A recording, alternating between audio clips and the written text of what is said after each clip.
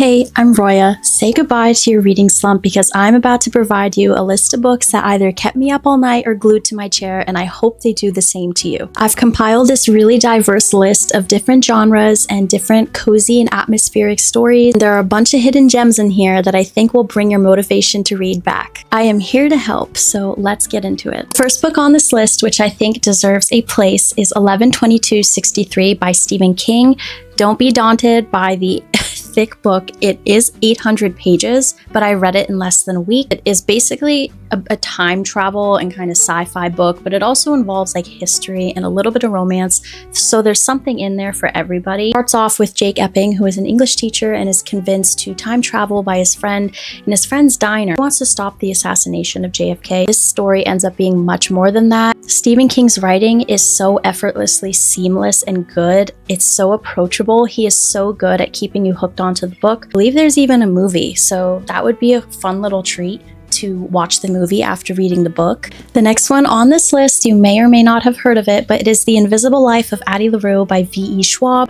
This one completely caught me off guard. I think this is V.E. Schwab's best book. Honestly, I think it's her best work. If it doesn't get adapted into a movie soon, I will be very upset because I feel like this would be such a cinematic experience. It starts off with our main character, Addie, who's living in centuries ago France. She finds herself in a marriage arrangement that she is not okay with. Obviously, that was a time where women didn't really have as much independence or choice in how their life went, and so she's desperate. She's kind of a rebellious spirit. She's not interested in this marriage arrangement that she's being forced in. Her desperate plea is heard by the devil, and his terms, though, are unforgiving and they're sharp. And in exchange for her freedom and escape, she will be remembered by no one everywhere she goes. So she will be able to go to a different time, but nobody will remember her. They'll say hi to her, get to know her. 5 minutes later, they turn their back and they have no idea who she is. So as you can imagine, her life is incredibly difficult and it's always on the run. But all that changes when she meets somebody who actually remembers her. And so this is that tale. Next book on this list is Rebecca by Daphne du Maurier. This is one of my favorite books of all time. I would call this a romance thriller with a hint of like the paranormal or the supernatural. It's the story of a woman who I don't think is ever named, which is kind of interesting if you think about it, considering she's the main character. She finds herself acquainted with a widowed man, and eventually it ends in a marriage, and she goes to his manor and stays with him. And she finds out, though, that him, his staff, the entire household is haunted by his first wife. The element of suspense and thriller, I think, is a really good genre to read if you're having a reading slump or you're not motivated to read. I believe this one will get you right back on track. And again, there is a movie. So like a lot of the books on this list have movie adaptations. So if you find yourself like not motivated to read, you could read the book and or watch the movie, and it's kind of like a little treat. For me, I love reading books and then watching the movies or the shows afterward. It's kind of like a little reward for finishing my book. So highly recommend Rebecca. It's such a like Gothic romance tale. It's just one of my favorites. This book is probably one of the most unique books that I have ever read. It is called The Shadow of the Wind by Carlos Ruiz Zafón. I just highly regard this book. It takes place in 1940s Barcelona. The main character is Daniel, whose father runs a bookshop, and one day his father takes him to this like secret book labyrinth called the Cemetery of Forgotten Books. Daniel finds a copy of a book called The Shadow of the Wind by Julian Carax. It's a French word. I probably am saying that wrong, but he realizes that this book doesn't exist anywhere. It's like kind of like a rare or a banned book. All of the copies don't exist, and the author is also missing. And so obviously he's curious and he wants to dig a little bit deeper to see what the story is with this book. Naturally, word goes around that Daniel has what seems to be the last copy of this book. Someone tries to buy it from him, and then a strange and mysterious man with a burned face so wants to buy it from him. So I really think you would like this. It's kind of a hidden gem. I don't see a lot of people talking about it, so give it a try and let me know what you think. Lighten up the mood with something a little bit more lighthearted and fun. I'm adding a middle grade to this mix. This is Winter House by Ben Guterson. It is one of 3 books in the Winter House series. This is just such a cozy and atmospheric book to read. This story follows our main character Elizabeth and is looked after by her aunt and her uncle. They send her to this this hotel during Christmas time called the Winter House Hotel. She meets like a really strange and peculiar man, Norbridge, who is the owner of this hotel. She finds this magical book of puzzles that unravels more history about the hotel, but also some sinister information about the owner of this hotel. And then soon she realizes, as she digs deeper, that she is actually connected to this hotel and perhaps the owner. And it seems to be that it is no coincidence that her aunt and her uncle sent her to this hotel. What I love about this book is the cozy and atmospheric charm. There are also illustrations throughout the book which I think are so good at keeping readers hooked onto the book. This is Home Before Dark. This is the book that got me interested with Riley Sager's work. It was the first book I ever read, and I think it is one of the best thrillers I've ever read. It also is another story within a story, and I really like how in a lot of these books that I'm mentioning, the past and the present seem to weave into each other. We're following the main character Maggie, who is daughter to Ewan and Jess, and they buy this crumbling old Victorian home. Of course, things start going wrong. Strange things starts happening. Maggie is seeing these like creepy entities or ghosts or whatever it is. One of them is called Mr. Shadow, another one is called Miss Pennyface, really creepy. Another thing about this house, it was a site to a murder-suicide, and so the house already has some traumatic and scary history, and they start thinking that these incidents are connected with the past, the house's like traumatic past. And so at one point it hits a limit and the family flees. Years later, Maggie's grown up, she inherits this house, starts understanding what actually happened. I think there were parts in this book that I got a little bit afraid myself, and I usually am not afraid of like thrillers or anything, but it kept me reading. I think I finished this in like one day. It's such a good book, and it is my favorite thriller to this day, and I think that if you read this, you would love it, especially if you're in a reading slump. It has stuck out to me for 4 years, and to this day, I have not stopped thinking about it. Next up on this list is another hidden gem that I'm really surprised that I have not heard many other YouTubers talk about, and it is the Diviner series by Libba Bray. This is the first one in the series. There are 4 books in the series. First of all, let's talk about the setting. It's 1920s New York City, so think Gatsby, think noir.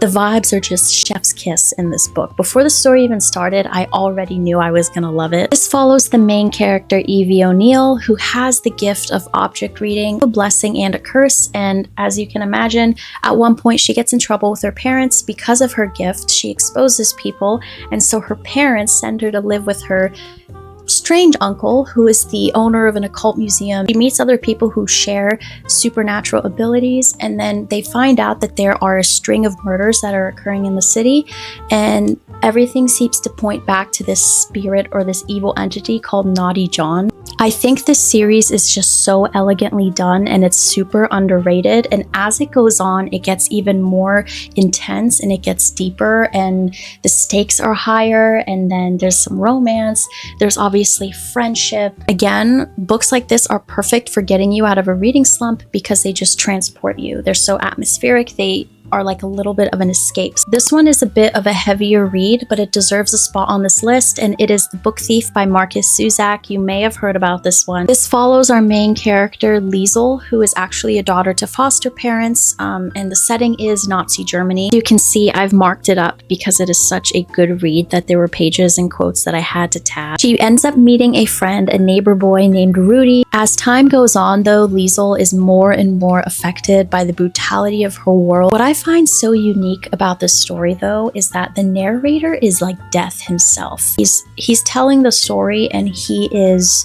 analyzing the human condition. It's a sad story. I couldn't put it down. There was actually a picture that my mom has of me reading this book like 4 years ago while I was making pancakes because I could not put it down. The writing is so beautiful. I'm not a big annotator, so when I pull out my tabs, you know that the book deserves to be annotated. Miss Peregrine's Home for Peculiar Children. This is one of a 7 or 8 book series. The thing about this one is how bizarre and strange the plot and the characters are. It's following Jacob, whose grandfather is a survivor of World War II times, telling Jacob all these stories about these monsters, and Jacob doesn't believe him until his grandfather unfortunately passes away. Jacob's doubt is soon erased when he actually encounters one of these monsters himself, and he meets some friends that seem to know his grandfather, which is strange because they shouldn't be children, they should be older. Jacob soon realizes that these kids in this place are in this eternal loop of the same day in 1940. They're in a time loop and they are protected by a guardian who is a shapeshifter, and she also is able to warp time. There are like pictures like of real people that the author has put in to kind of aid the story, and it's just different. It's bizarre, and I think because it's different, it might get you out of a reading slump. If you know me, you know I'm going to put this one on the list. It is The Phantom of the Opera. I have the graphic or illustrated version of it, so it is the same story as like a standard paperback, but mine has pictures. Yes, there is a Broadway musical. Yes, there is a movie and an awesome soundtrack, but I want to talk about the book specifically because it is different from the screen adaptations. Following the story of a singer named Christine Daae, who ends up taking the place of the piano lead in this opera house who has fallen ill, Carlotta. First performance that she does, a person in the crowd named Raoul, which was her childhood friend, is there. He sees her performance. He wants to get reacquainted with her. This opera house is haunted by what they call an opera ghost. This phantom is like a mastermind. He's a genius. He's great at like trapdoors and architecture. Raoul and him not really getting along. What's interesting is in my copy of the book, there's like a foreword that says that Gaston Leroux on his deathbed was saying like the opera ghost really did exist. And I don't know if the guy was just so high on medication or something. I don't know what to believe. I think this book is a great candidate to be on this list because the story is so classic and it is so intriguing. And if a story makes me pull out my computer to go research stuff, then I know it's a good one and it's definitely going to keep you hooked. Next book on this list is Dracul by Dacre Stoker and J.D. Barker. Dacre Stoker is the great-grandnephew of Bram Stoker, which if you didn't know, he wrote Dracula in character, which is actually Bram Stoker as a young boy who is bedridden and ill. He has a nanny named Ellen who they're suspicious of. His sister and him are suspicious of Ellen. She disappears, and then him and his sister go on this kind of mission when they get older to find Ellen, see what happened to her, and they soon realize that she has a connection to Dracula. You can read this as a standalone. You don't have to read Dracula to read this. Like Bram Stoker going against Dracula and pursuing Dracula, and what I found really interesting with this was that when Bram Stoker went to publish Dracula, apparently he tried to publish it as nonfiction because he wanted it to be a warning to the world, and like, do vampires really exist? But I guess this publisher was like, sorry, no can do. Jack the Ripper is already popular right now, so it got published as fiction. So here is an example of some of the notes from Bram Stoker's journal. I've gifted a copy of this book to a friend and she really loved it, and she hasn't even read Dracula, so I think you will like this too. It's so interesting and it's very suspenseful. The final book on this list is The Clockwork Sparrow by Catherine Woodfine, and this is book 1 of 4 of the Sinclair's Mysteries. This is a middle grade. I wanted to wrap it up with a really cozy and atmospheric book. It follows Sophie, who is an orphan. She finds herself employed at what is London's grandest and most beautiful and extravagant department store. She makes friends with someone named Lil, who is like a mannequin for the store, like a model, and then Billy, for the store makes its grand opening, there is a burglary, and so her, Billy, and Lil are like kind of detectives, and they go and try to unravel this mystery. This book is really charming and cozy and atmospheric. It's so approachable. There are also illustrations similar to like Winter House. I really love the style, and I think anyone would like it. It is a 4-book series, and each book there is some sort of theft or burglary, and as you go on in the series, you find out more about Sophie and her history and her parents. Well, we are at the end of my video. I hope you guys enjoyed. I hope this list was helpful to you, and let me know in the comments if you do end up reading these books and what you think. Also, if you have any book recommendations or like particularly page turners that you'd like to share, please comment and let us know, because I find a lot of my favorite books from recommendations, so I'm sure other people would as well. Thanks for watching as always, and I'll see you guys in the next video.